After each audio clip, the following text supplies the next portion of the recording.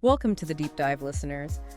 Today we're going to be, going deep on this idea of UFOs and psychic abilities. Okay. Specifically through this guy, James Hodgkins. All right. He calls himself a psionic asset and works with this organization, Skywatcher. Interesting. And you might be thinking, psionic asset? What the heck is that? Right. Basically, someone who thinks they can use their mind to, interact with UFOs. Oh, wow. Yeah, we're going to get into all that, but first, let's kind of, trace back Hodgkins' path, how he got to this point.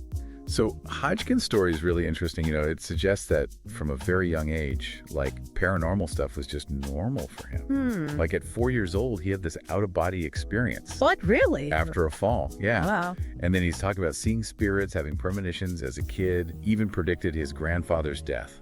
Whoa. So, despite a pretty normal upbringing, these experiences really stuck with him, made him fascinated by the paranormal.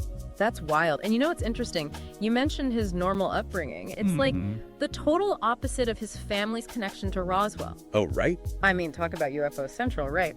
His grandpa was Air Force intelligence, stationed there in 47, the year of the whole incident. And to add to that, his mom was actually born in Roswell in 1950. Oh, wow. So UFOs were just like a normal dinner table conversation in his family. Huh. Not some big secret then. Nope, just part of their family history. So I guess with that background, it's not surprising he had his own UFO thing. Right. This was 2003 in Vermont. Okay.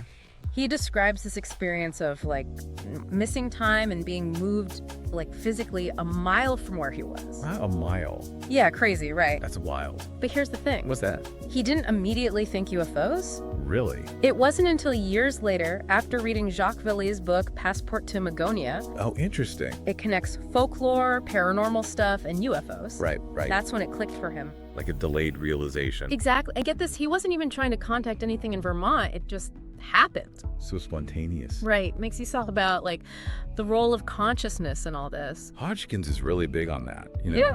Consciousness being key to understanding UFOs. He points to Jacques Vallee's American Cosmic as a big influence. What's that one about? Well, Vallee suggests UFOs might not just be aliens, Yeah. more complex, maybe interdimensional, tied to human consciousness. Okay, so before we get too deep, let's break down this consciousness thing. Sure. What exactly does Hodgkins believe, and how's it linked to UFOs? On his website, he asked this question. What if your thoughts could shape reality, not just figuratively, but literally? Whoa. And he goes on to say, reality is programmable.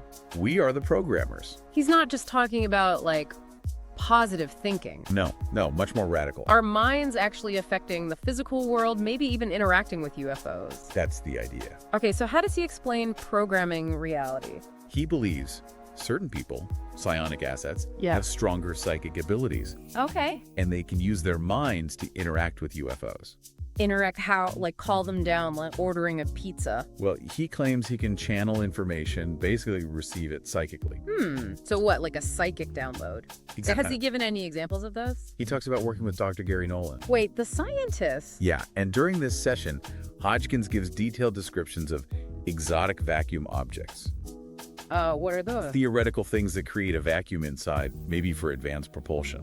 Whoa, and he just knew this stuff. He claims he channeled it and even suggested solutions to physics problems Nolan was working on. So not just random sci-fi jargon, but real technical stuff. Yeah, that's what he says. And this impressed a scientist like Dr. Nolan. Supposedly. That's wild. Okay, so let's say, for argument's sake, this is all real. Where does Skywatcher fit in? What are they trying to do? They want to prove UFOs and psychic interaction are real to the public. They started with UAPs, unidentified aerial phenomena. Right, the new term for anything weird in the sky. But after talking to whistleblowers and scientists, their focus shifted. To what? The role of consciousness in all this. So it's not just about lights in the sky.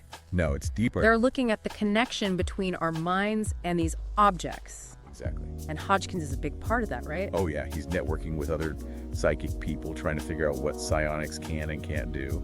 He's their psychic expert. Basically. And this all leads to a pretty big event, the Inmunia event. Right. At the Explorers Club, no less. They went big. Can you tell us about that? So Hodgkins and his team, they tried to show human-initiated contact with a UFO. What? Like they called one down The idea. in front of a bunch of people? Yeah, like 40 to 60 people, including skeptics. Bold move. At the Explorers Club, too. A place known for pushing scientific boundaries. Did they have any proof, or was it mostly people saying they saw something? It was a lot of witness accounts, yeah. So it depends on who you ask if it was convincing. Pretty much. All right, so they're putting themselves out there. But what about Hodgkins of beliefs about what these things are? Are we talking little green men? He thinks it's way more diverse than that. Okay. Different motivations, different intelligences. Like what? He even claims to have communicated with entities from what we'd call the afterlife. Wait, hold on. The afterlife? He's talking to dead people. Well, he describes communicating with beings from a specific craft, the egg. Okay. And the message he got was, you can best understand us as coming from what you would call the afterlife. So not just aliens, but something beyond our idea of life and death. Yeah, it gets pretty mind-bending. That's a lot to unpack. It is. We'll definitely need to dive deeper into that. For sure. But for now, let's take a quick break. Sounds good.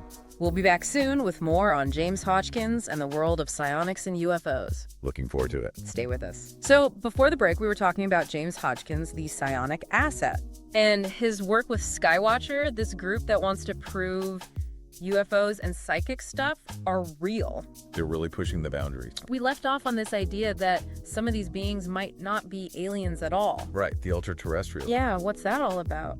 Well, it's this idea that some UFOs might be from, like, hidden places here on Earth, not outer space. Like what, underground or something? Exactly. Think about it. We haven't explored all the oceans or caves. True. What if there are creatures, even intelligent ones, living right under our noses? Whoa, that's kind of creepy, but also cool. Right. It challenges what we think of as alien. Definitely. So instead of coming from the stars, they could be our neighbors. But how does Skywatcher fit into this? Are they looking for these ultraterrestrials? Well, their main goal is still proving UFOs are real and the role of our minds in all this. Okay. But Hodgkin's ideas like the ultra-terrestrial thing make them think broader. So it's not like they're searching for Bigfoot or anything. Not exactly. But it makes them consider more possibilities. Right, the phenomena might be way weirder than we think. And that ties into their research, right? Exactly. You mentioned they do actual science. What kind of stuff? They fund projects that look at how consciousness and UFOs connect. Like what? Studying how UFO encounters affect people, analyzing any physical evidence. So not just stories and stuff. No, they're trying to be scientific about And it. then look at whether our minds can actually interact with these things. Yes, that's a big one for them. Which brings us back to psionic assets. Right. Hodgkins thinks these people are key to understanding all this. He believes they can not only see UFOs, but interact with them, even influence them. So like mind control. Kinda, it's where the idea of us calling them down comes from. We talked about the Anania event. Right, at the Explorers Club. But if people start messing with that, aren't there risks? Hodgkins says there are, especially if you're not careful. Like what? He says approaching it with fear or the wrong ideas can lead to bad experiences. The hitchhiker effect. So you get what you expect. Like if you're scared, you'll have a scary encounter. That's the idea. He doesn't give specifics.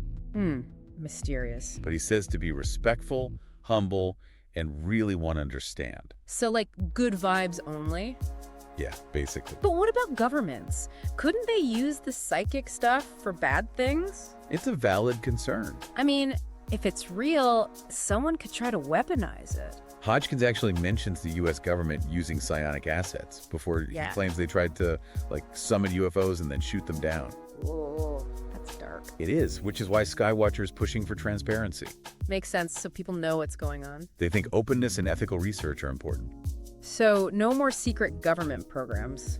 Hopefully not. But how do they plan to change things? Is it just talking about it? It's part of it, raising awareness. Okay. But they also want to do good research, educate people, and push for the government to be more open. What about scientists, though? Aren't a lot of them skeptical about all this? Some are, but Skywatcher is working on that. Oh. By funding serious research and talking to scientists who are at least open-minded. So it's an uphill battle. It is, but they're trying to break down the stigma. What are their goals for the near future?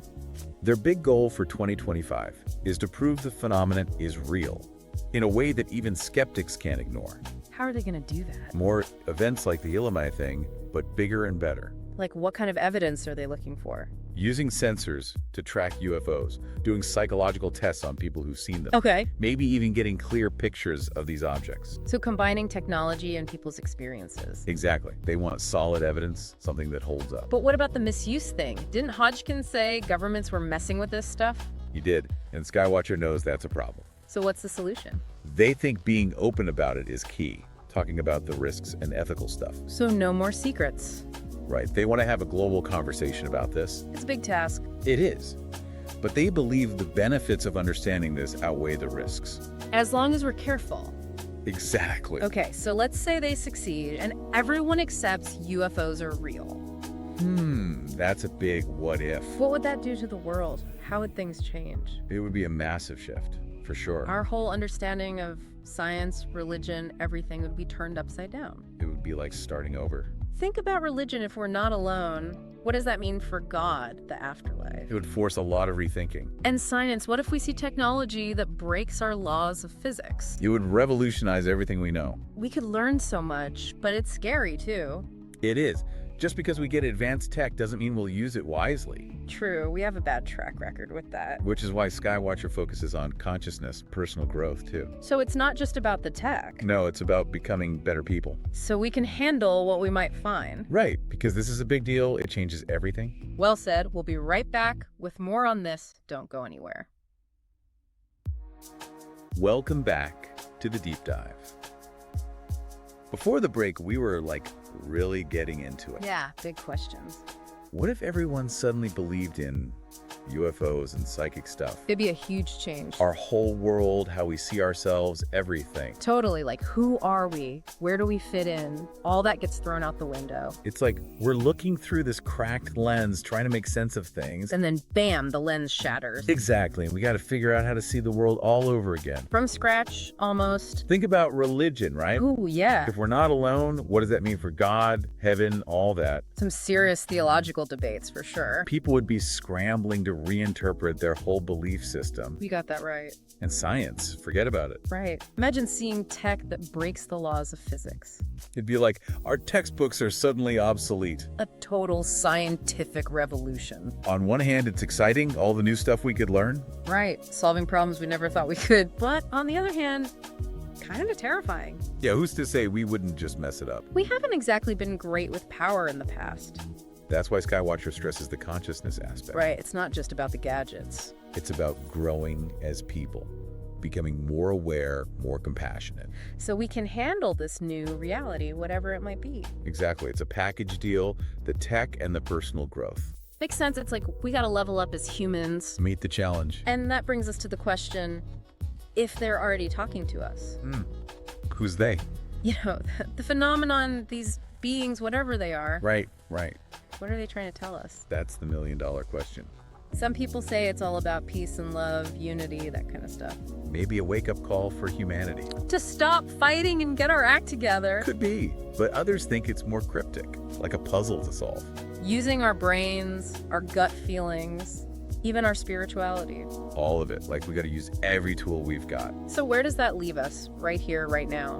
Well, I think the most important thing is to stay curious. Don't shut down, keep asking questions. Exactly. Be open to the possibility that we don't know everything. Don't just believe everything you hear, but don't be afraid to explore.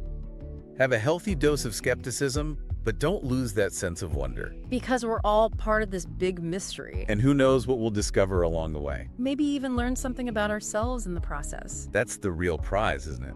Well said. This deep dive has taken us on quite a ride. It has. From James Hodgkins' personal story to Skywatcher's mission. We've covered a lot of ground. UFOs, psychic abilities, the whole shebang. And the big question, what happens if it's all true? It's a lot to wrap your head around. It challenges everything we think we know. Makes you realize maybe reality is a lot stranger than we thought. And that's just the beginning. So, to all our listeners out there, keep exploring, keep questioning. Don't be afraid to dive deep. Because the truth is out there, somewhere. And it might be closer than you think. Thanks for joining us on the Deep Dive. Until next time.